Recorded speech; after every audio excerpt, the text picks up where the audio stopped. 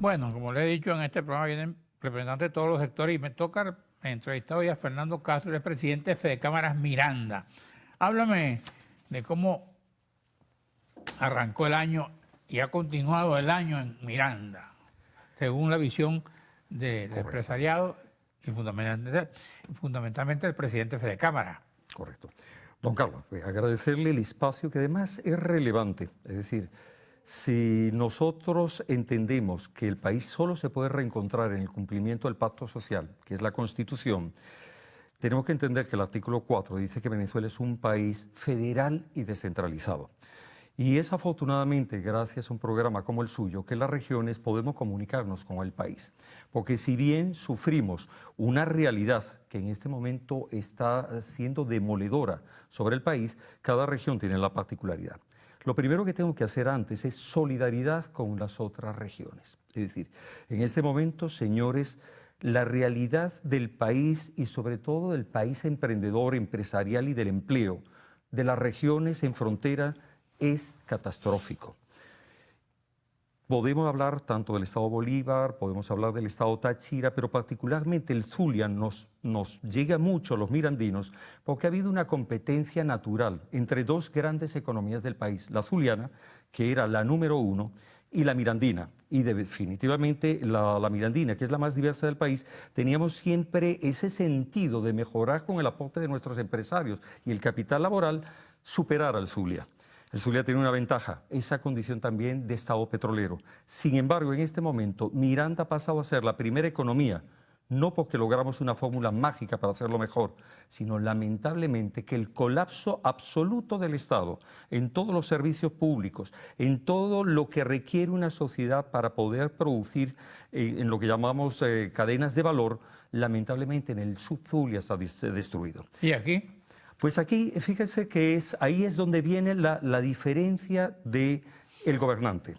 Es decir, los gobernantes tienen que entender que es verdad, ellos lo postula un partido político con una ideología, pero cuando el pueblo le da el mandato es para gobernar a todo un pueblo. ¿Eso está ocurriendo en Miranda? Pues fíjese, en Miranda definitivamente tenemos que reconocer que de los 21 municipios mirandinos, para que más o menos el televidente se haga una comparación, el 17% son alcaldes del oficialismo y 4 son alcaldes de la alternativa democrática.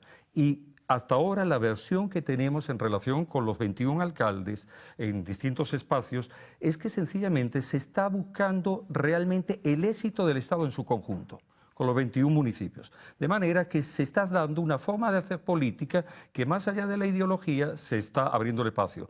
Si me pregunta, falta mucho por hacer. Y dentro de eso que falta mucho por hacer, creo que el rol del sector privado tiene que volverse a abrir mucho más los espacios. ¿Ustedes se sienten integrados a esa labor de gobierno? Fíjese, lo que no hay es definitivamente el rechazo al emprendimiento en Miranda. Hay un espacio de apoyo al emprendimiento en Miranda en esa diversidad. O sea, ¿me está diciendo que el gobierno está apoyando a Fedecámara? No, fíjese, qué interesante. Definitivamente todavía no se abrieron suficientes espacios para el diálogo entre el gobierno regional y Fedecámara Miranda. ¿Por qué? Mire, sencillamente creo que hay todavía una falta de comprensión que el empresariado, igual que el que milita un partido político, la base, los empresarios, escogen sus líderes. Y en esa escogencia, que además es una alternancia permanente, sobre todo los organismos cúpula rotan las dirigencias cada 2 años. En las regiones estamos un poquito más. El resultado es no comprender la importancia de un gremio para que sea un interlocutor, porque usted no se puede reunir con toda una estructura, una base empresarial tan grande como la que existía en Miranda. Porque en la segunda parte me gustaría hablar cuál es el verdadero diagnóstico del universo empresarial en el país. Vamos a la segunda parte para que hable de su diagnóstico.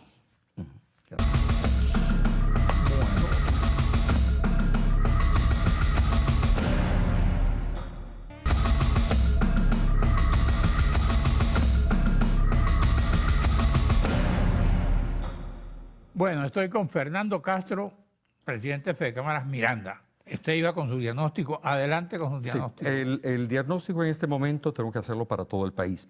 Y esta vez, fíjese, voy a emplear una palabra que va a ser quizá fuerte para el televidente, pero no hay otra forma de definir En este momento, lo que ha sucedido en los últimos 20 años, pero sobre todo los últimos 6, en Venezuela es un holocausto. Y la palabra holocausto tiene una definición muy sencilla en el diccionario, que es una matanza masiva con fines de exterminio.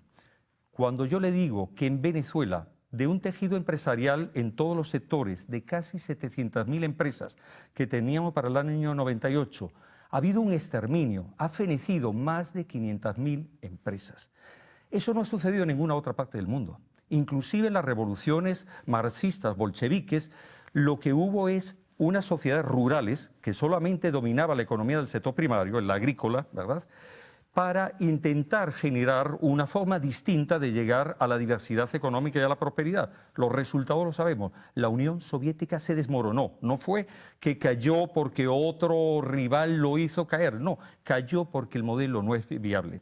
De manera que lo que tenemos que entender... ¿Qué es lo que pasa en Venezuela con las 500.000 empresas? Las 500.000 empresas, y además es un exterminio, porque como le digo, es con un fin. Era con un fin de sacar la iniciativa privada, que además una empresa la suma, siempre lo digo... ¿Pero aquí lo sacaron o se fueron? No, lo sacan. Fíjese, aquí no hay empresario que se vaya. La Santa María está abierta hasta el último momento. ¿Pero cómo lo sacan?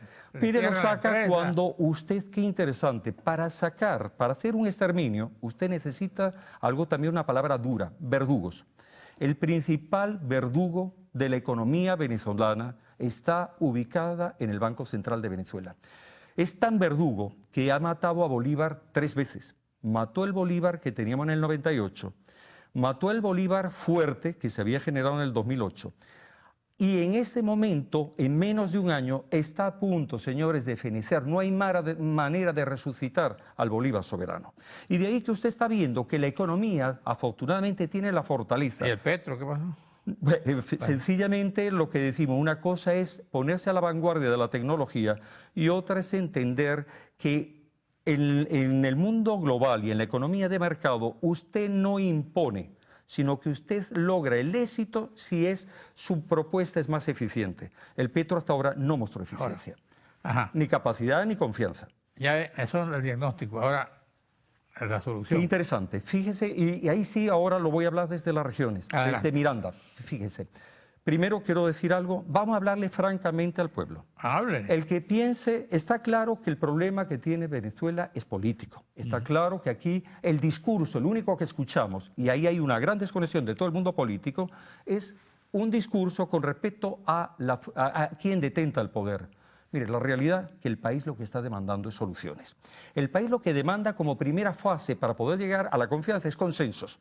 Y los consensos son fáciles cuando hay voluntad. En Venezuela hasta ahora no se mostró voluntad. Lo primero, no es cierto que podamos tener una solución al país en menos de 3 meses. Por eso no podemos generar. Una cosa es la agenda política, que es vital, es esencial, pero ha llegado ya el momento que el tiempo, señores, la economía venezolana de monopolio de Estado colapsó como colapsó el muro de Berlín. De manera que en este momento la Asamblea está haciendo su tarea, está promoviendo leyes, se está reuniendo con los sectores y creo que va a tener que ser más dinámica inclusive con el tema del Banco Central. Porque, señores, nos hemos quedado sin moneda. No lo digo yo, vaya a la calle, vaya a cualquier sitio. La moneda venezolana está perdiendo la vigencia porque el Banco Central descuidó sus funciones del 320 y el 319 lo dice claro. Si usted no cumple, usted tiene que salir porque no está cumpliendo la custodia del poder de la moneda local. ¿Con qué han sustituido la moneda a su juicio? No, la moneda se sustituye, fíjese, la fortaleza del mercado. ¿Tarjeta de crédito? No, imagínese. Cuando usted, ¿Petro? No, se ha sustituido con la única moneda que todas las partes, el pueblo llano, reconoce que preserva el valor de su esfuerzo y su trabajo. En este momento, cualquier moneda convertible, el dólar, el euro menos, porque no estamos en esa órbita, pero es el dólar. Y en este momento hay una sola forma. Tenemos que hablar de un nuevo Bolívar, pero no para repetir el mismo maquillaje. Un Bolívar, que yo le llamo libertador, se puede llamar, pero un Bolívar que tiene que recuperar una paridad 1 a 1 con una de las monedas convertibles. Se puede hacer, no es fácil, pero lo único que está claro, si no hay un reconocimiento inmediato de la crisis inmensa del país, y quien está en función de gobierno reconozca las funciones legítimas de la Asamblea Nacional, pero quienes están en función de gobierno empecemos a poner la agenda de los problemas para resolverlos ya. ¿Qué observa usted en los trabajadores? ¿Cómo le pega la crisis? No, mire, la crisis es que lo que me da orgullo de Venezuela y como venezolano, yo soy caraqueño de nacimiento, mi mayor orgullo es que hoy no hay condiciones que estimulen para salir a trabajar. Y sin embargo, en nuestras empresas no deja de estar presente, pese a que no hay transporte, pese a que el transporte le cuesta a veces más que el mismo salario mínimo. La persona tiene un compromiso de hacer mejor país, de hacerlo prosperar. Y ese es el gran potencial, igual que algo que es el ADN del venezolano es democrático. De manera que quien cree, y con esto termino, que puede imponer un modelo 20 años cuando el modelo colapsó, donde se eliminen las libertades, lamentablemente lo que nos lleva es a más sufrimiento, fracaso, pero no va a claudicar el pueblo. Hay mucha queja de los trabajadores. De pronto tú te encuentras con un trabajador y a mí me pasa mucho y me dice, yo gasto más en venir al trabajo que en lo que me pagan el trabajo. Así es. Ahora, frente a eso, ¿cuál es el planteamiento de Fedecámara? Muy interesante, y sí le voy a agradecer después 30 segundos, aunque no sé si se nos acaba el tiempo, porque en Miranda estamos creando un espacio de consenso. Pero lo importante es, la empresa tan consciente está que la mayoría de las empresas hoy conservan ese capital laboral de su empresa porque ha mejorado condiciones más allá de un salario mínimo. Eso está claro, es obvio, ventajas económicas de alimentación, todo. No tantas como las que merece el trabajo, pero la economía no da para dar tanto como merece el trabajador y el empleado. ¿Qué estamos haciendo en Miranda? Mire, en Miranda hemos dicho, los países prosperan cuando discuten el futuro para obtener la prosperidad. Y usted obtiene la prosperidad cuando es coherente. Y usted es coherente cuando usted automáticamente va a los foros internacionales como las cumbres iberoamericanas y firma un convenio. Nosotros estamos en Miranda desarrollando el acuerdo de la 26ª Cumbre Iberoamericana de Guatemala la Antigua del año pasado y hemos creado para los 22 países un ecosistema abierto que el primer país que se va a presentar es un encuentro iberoamericano en Miranda. Yo por el trabajador, la vida del trabajador. No, la vida del trabajador suyo, es que yo le pediría a la Asamblea Nacional, si no lo hace quien está en función de gobierno, que nos llame inmediatamente a establecer las mesas de diálogo social o tripartito a los 100 años de la OIT. Muchísimas gracias, don Carlos. Gracias a usted, don Fernando. Gracias a usted, amigo televidente. Nos vemos aquí mañana a esta misma hora.